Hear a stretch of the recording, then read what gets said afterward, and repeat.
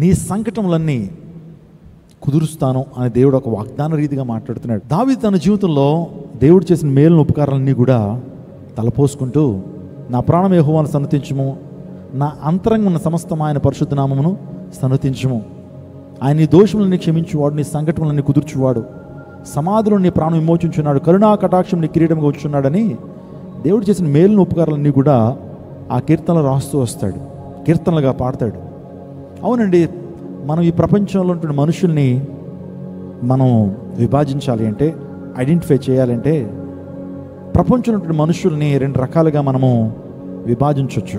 ఒకటి శరీర సంబంధులు, రెండోదిగా ఆత్మ సంబంధులు. ఆ శరీర సంబంధులు, ఆత్మ సంబంధులు, దానిలోనే మనకు ఆన్సర్ దొరుకుతుంది.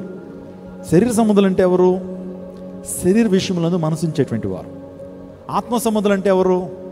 ఆత్మ విషయములందు మనసుంచుతారు. చూడండి, వాక్యంలో మనం చూస్తే ఒక ధనవంతుడు తన శరీరంతో చెప్పుకుంటున్నాడు, నా ప్రాణమా తినుము త్రాగము సుఖించము, my soul eat drink and be merry. అంటే ఆ వ్యక్తి ఖచ్చితంగా ఎవరు? శరీర సంబంధే కదా.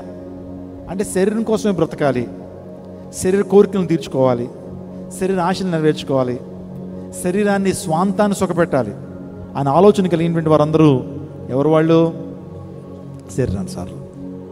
అదే పాత నిబంధనలో ఏషావు గురించి మనం చూద్దాం. ఏషావు ఒక్క పూట కూటి కొరకు తన జ్యేష్ఠత్వ హక్కుని అమ్ముకున్నాడట. జ్యేష్ఠత్వం అనేది చాలా ప్రశస్తమైనది. తండ్రి ఆస్తిలో 3 వంతులు జ్యేష్ఠునికి వెళ్తాయి, కనిష్ఠుడికి 1 వంతే వెళ్తుంది. అంత శ్రేష్టమైన జ్యేష్ఠత్వ హక్కుని ఎర్రెర్రగా ఉన్నటువంటి ఒక డెలీషియస్ కూరతో అమ్మేసుకున్నాడండి. ఒక పూట తినకపోతే ఉండలేడండి మనిషి. ఒక పూట కడుపు మార్చుకుంటే ఏమైనా అవుతుందా ఏషావుకి? కానీ ఆకలితో ఉన్నాడు. తమ్ముడు వండుతున్నాడు ఎర్రెర్రగా మంచి చిక్కుడుకాయ కూర, మంచిగా గరం మసాలా వేసి వండుతుంటే ఆకలికి ఆగలేక తమ్ముడు పెట్టరా భోజనం అన్నాడు. తమ్ముడు అన్నాడు, భోజనం అంతా నీకే పెడతాను, ఇంకా వేరే కర్రీస్ వేసి పెడతాను, కానీ జ్యేష్ఠత్వ హక్కుని నాకు ఇచ్చే అన్నాడు. వెంటనే ఏషావు ఆలోచన చేయాలా, తీసేసుకోరా అని జ్యేష్ఠత్వ హక్కును అమ్మేసుకున్నాడు. అందులో బట్టి దేవుని లేఖనం ఏం చెప్తుందంటే, ఏషావు భ్రష్టుడని దేవుని లేఖనం టైటిల్ ఇచ్చింది, ఏషావు వ్యభిచారిని దేవుని లేఖనం టైటిల్ ఇచ్చింది. హెబ్రీయులకు రాసిన పత్రిక 12:16 చదవండి. ఒక పూట కూటి కొరకు తన జ్యేష్ఠత్వపు హక్కును, తన యొక్క జ్యేష్ఠత్వ హక్కును అమ్మివేసిన ఏసావు వంటి భ్రష్టుడైనను వ్యభిచారి అయినను ఉండునేమో అని జాగ్రత్తగా చూచుకునుడి. ఏషావు ఎవరు? శరీర సంబంధి. ఇంకా ఆత్మ సంబంధం గురించి మాట్లాడారంటే, సో దేవుడు అబ్రహాము గురించి మాట్లాడుతూ, అబ్రహాము నా స్నేహితుడు. అబ్రహాం ఎవరు? స్నేహితుడు. దేవునికి స్నేహితుడు అవడం అంటే ఎంత గొప్ప దీవెన, ఎంత గొప్ప ఆశీర్వాదం మీరు ఆలోచన చేయండి. దావీదు నా హృదయానుసారుడు. అదే రీతిగా కృత నిబంధనలో యోహాను గురించి చెప్తూ, అతడు మండుచూ ప్రకాశించున్న దీపం.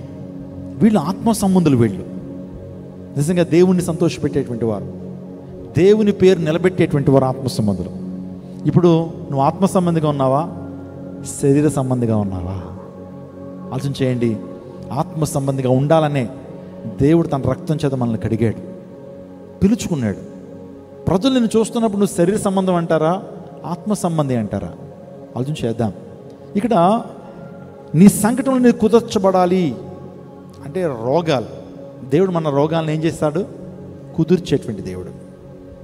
ఈరోజున WHO, వరల్డ్ హెల్త్ ఆర్గనైజేషన్, వ్యాధులన్నీ కూడా వాళ్ళు తీసుకుని దాని మీద అధ్యయనం చేస్తుంటారు.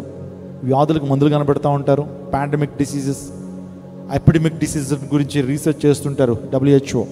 ఎక్కువగా మనకి కరోనా టైంలో ఎక్కువగా ఆర్గనైజేషన్ గురించి మనం విన్నాం. వరల్డ్ హెల్త్ ఆర్గనైజేషన్ నివేదికలు మనం చూస్తుంటాం. వరల్డ్ హెల్త్ ఆర్గనైజేషన్ ఒక అద్భుతమైన విషయాన్ని చెప్పినప్పుడు ఆశ్చర్యపోయాను నేను. ఏంటంటే, ఈ వ్యాధులన్నీ కూడా కేటగరైజ్ చేస్తే, వ్యాధులన్నీ కూడా కొన్ని విభాగాలు చేస్తేనట అవి 39 విభాగాలు అయినాయట. ఎన్ని విభాగాలు? 39. అంటే వ్యాధులన్నీ కూడా ఒక్కొక్క రకపు రోగాన్ని ఒక్కొక్క ప్రత్యేకమైన కేటగరైజ్ చేస్తే, ఒక గుంపులుగా చేస్తే, ఫర్ ఎగ్జాంపుల్ ఫ్లూకి సంబంధించినటువంటి రోగాలు, అది బర్డ్ ఫ్లూ కావచ్చు, ఆంథ్రాక్స్ కావచ్చు, కరోనా కావచ్చు, ఈ యొక్క ఫ్లూస్ సంబంధించినవన్నీ కూడా ఒక గ్రూప్ చేస్తే, అదే చర్మ వ్యాధులన్నీ కూడా ఒక గ్రూప్ చేస్తే, అది కిడ్నీ సమస్యలన్నీ కూడా గ్రూప్ చేస్తే ఆ వ్యాధులన్నీ ఇలాగా 39 గ్రూప్స్ వచ్చినాయట. నాకు వెన్న మాట వినగానే దేవుని లేఖనం గుర్తొచ్చింది. యెషయా గ్రంథం 53వ అధ్యాయంలో ఆయన పొందిన దెబ్బల చేత మనకు స్వస్థత కలుగుచున్నది. By his wounds we are being healed. ఆయన పొందిన దెబ్బల చేత స్వస్థత. ప్రభువారు ఎన్ని దెబ్బలు పొందారు చెప్పండి? ఎన్ని దెబ్బలు పొందారు ఆయన?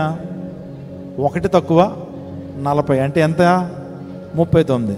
ఇక WHO ఎన్ని డిపార్ట్మెంట్స్ ఇచ్చారు వ్యాధులు అంటే? దేవుని లేఖనం ఏం చెప్తుంది? ఆయన ఒక్కొక్క విభాగం గురించినటువంటి వ్యాధుల కొరకు ఒక్కొక్క దెబ్బ ఆయన తిన్నాడు. ఆయన పొందిన దెబ్బల చేత మనకు స్వస్థత. స్తోత్రం చెప్పండి. హల్లెలూయా. నా ప్రియ దేవునాగమా, దేవుని లేఖనాలు ఏం చెప్తున్నాయి? స్వస్థత గురించి దేవుని లేఖనాలు ఏం చెప్తున్నాయనంటే, దేవుడు ఆయన పొందిన దెబ్బల చేత మనకు స్వస్థత అని యెషయా గ్రంథము 53వ అధ్యాయం 5వ వచనంలో మనం చదువుతాం. అదే మనందరికీ తెలిసిన మాట నిర్గమాకాండము 15వ అధ్యాయం 20వ వచనంలో, నువ్వు నా మాటను అంగీకరిస్తే, నా ఆజ్ఞల ప్రకారం జీవిస్తే, నీవు నా శాసనాల్ని, నా యొక్క కట్టడల్ని అనుసరించి నడిచిన ఎడలా ఐగుప్తీయులకు కలిగేటువంటి ఏ రోగము ఏది మీకు రానియను. ఒకవాడు వచ్చినా నిన్ను స్వస్థపరిచే యెహోవాను నేనే. Hour God is the supreme healer. అని స్వస్థపరిచేటువంటి దేవుడు. నిన్ను స్వస్థపరిచే యెహోవా నేనే వాగ్దానం చేశాడు.